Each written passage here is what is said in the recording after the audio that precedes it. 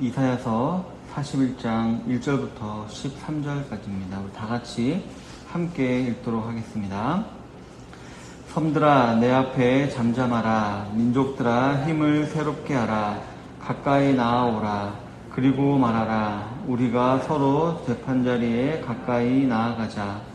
누가 동방에서 사람을 일깨워서 공의로 그를 불러 자기 발 앞에 이르게 하였느냐.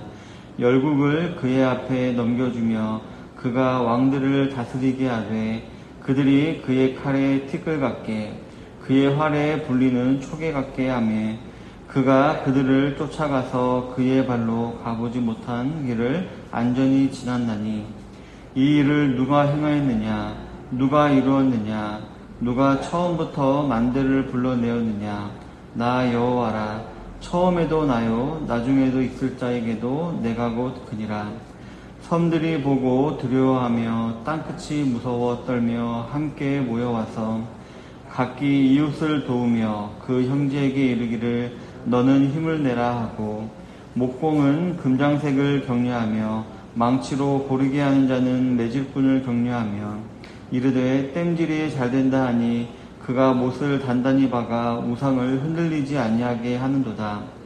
그러나 나의 종 너 이스라엘아, 내가 택한 야곱아, 나의 벗 아브라함의 자손아, 내가 땅끝에서부터 너를 붙들며 땅 모퉁이에서부터 너를 부르고 내게 이르기를 너는 나의 종이라. 내가 너를 택하고 싫어하여 버리지 아니하였다 하였노라. 두려워하지 말라.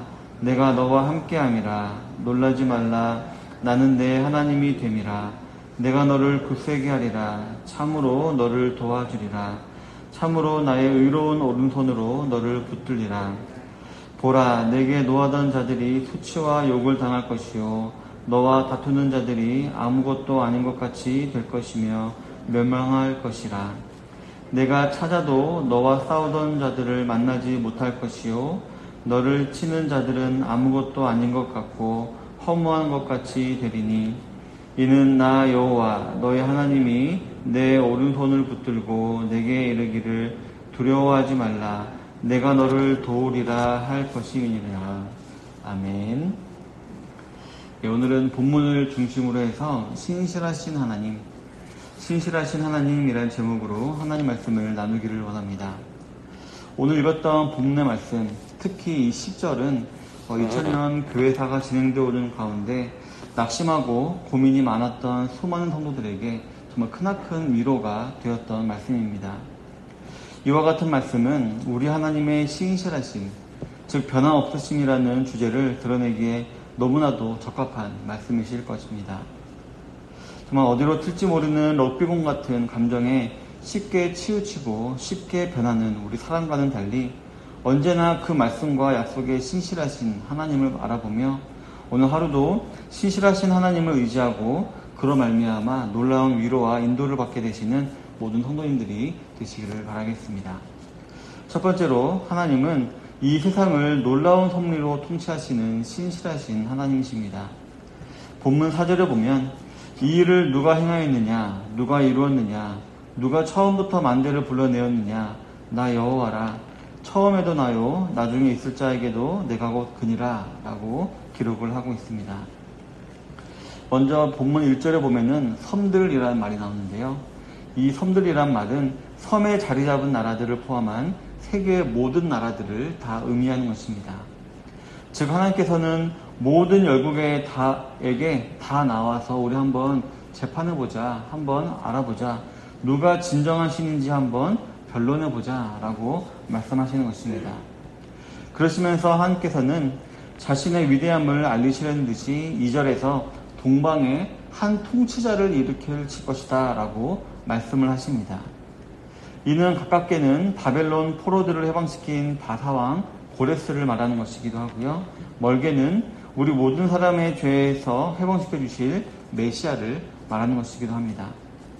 여기서 바사왕 고레스는 강력한 권세와 힘으로 그 모든 주변 지역을 다 통일하였습니다. 그리고 이스라엘 백성을 비롯한 많은 백성들을 다 각자 고향으로 돌아가게 해 주었습니다. 그런데 이어지는 3절, 4절에 보면 이 모든 일들은 다 하나님께서 계획하신 것이다 라는 것을 우리가 알 수가 있습니다. 즉 하나님께서는 고레스 왕에게 권세와 힘과 승리를 주셔서 하나님 자신의 계획을 그를 통해 이루어 가셨던 것이었습니다. 여기서 알 수 있는 사실이 있다면 하나님은 자신의 뜻을 이루기 위해서는 믿는 성도들 뿐만 아니라 불신의 왕까지도 사용하셨던 것임을 우리가 알 수가 있습니다.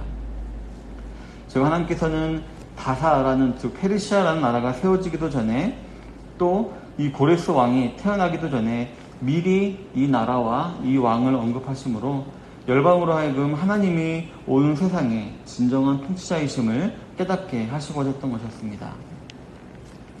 성도 여러분, 우리 사람들은 눈에 보이는 역사 자체에만 집중합니다. 하지만 실제로 역사를 움직이시며 운행하시는 분은 바로 전능하신 하나님이십니다. 바로 하나님께서는 놀라운 섭리로 이 세상을 통치하시는 참된 통치자이신 것입니다. 이러한 세상의 참된 통치자를 아버지라고 부르는 저와 여러분, 오늘 하루도 이러한 아버지를 신실하게 따르는 모든 성도님들이 되시기를 바랍니다. 내 뜻과 내 생각과 다르고 또 내 의견이 옳은 것처럼 이렇게 느껴질지라도 다 내려놓고 오직 하나님께서 놀라운 통치로 우리를 다스리고 계신다, 세계를 운행해 나가고 계신다는 사실을 확실히 믿으시고 그분을 따라가시는 모든 성도님들이 다 되시기를 바라겠습니다.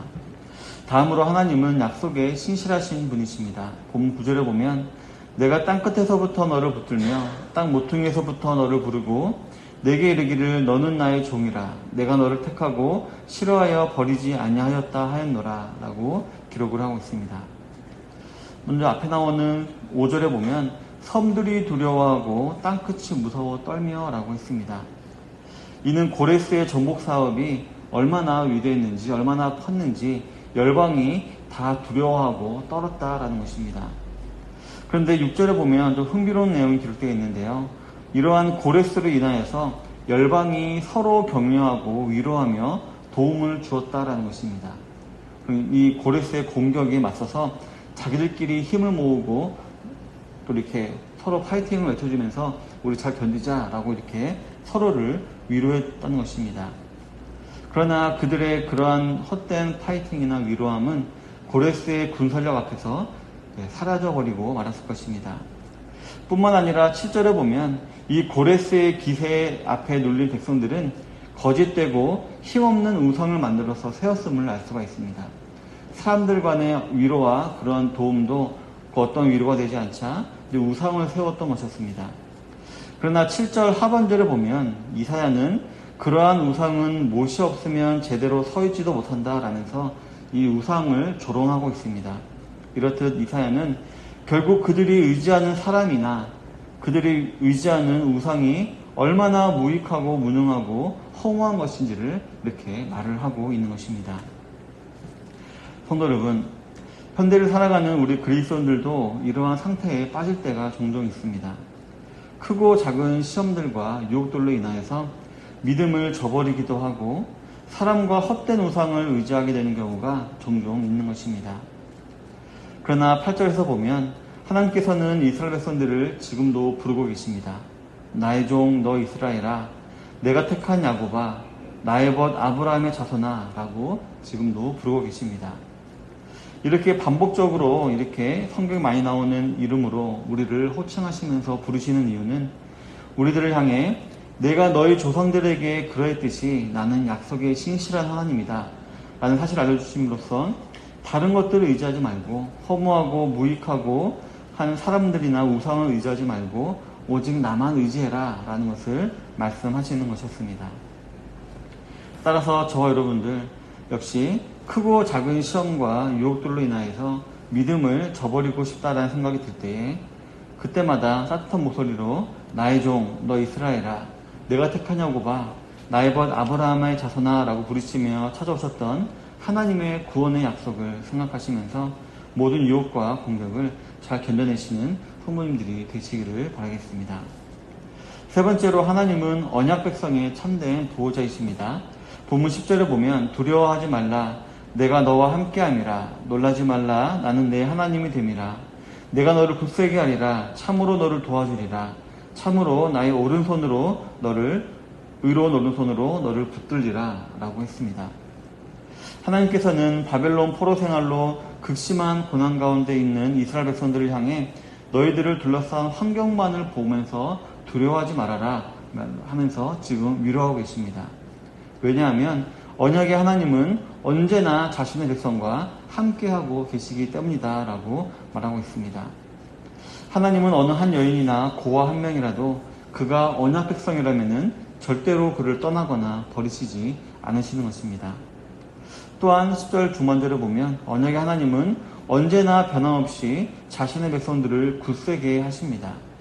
강한 능력으로 자신의 백성들을 굳세게 하심으로 진정한 도움을 그들에게 주시는 것입니다.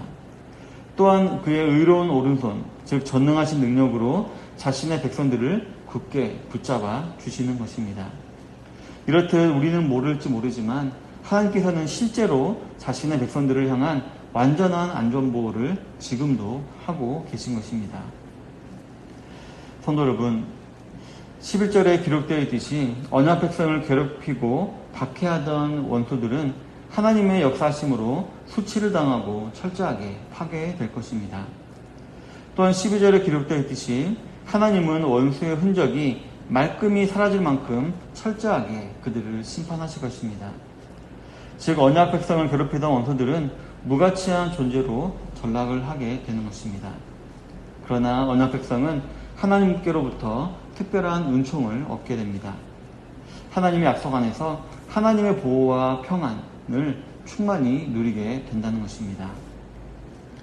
사랑하는 성도 여러분, 본문 13절에 보면 이는 나 여호와 너의 하나님이 내 오른손을 붙들고 내게 이르기를 두려워하지 말라 내가 너를 도우리라 할 것임이니라 라고 기록을 하고 있습니다.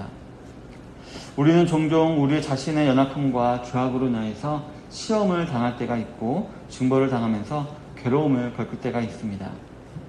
그러나 그런 때에도 언약에 신실하신 하나님께서는 그런 우리를 버리시지 않으십니다. 은혜와 사랑의 하나님, 즉 신실하신 하나님께서는 우리를 영원히 버려두지 아니하시고 우리 언약 백성들에게 회복을 약속하시고 궁극적인 죄의 해결과 구원을 약속하시고 하시는 것입니다. 우리는 범죄함으로 하나님을 떠난 것 같고 더 이상 하나님의 도우심을 얻을 수 없을 것처럼 생각되어질 때가 많이 있지만 그런 때에도 오늘 본문 13절에 보면 하나님께서는 여전히 우리의 오른손을 붙들고 계셨고 쓰러지려 할 때마다 두려워 말라라고 위로하시고 도움을 줄 것이라며 힘을 주시는 분이 바로 저와 여러분들의 아버지이신 하나님이다라는 것입니다.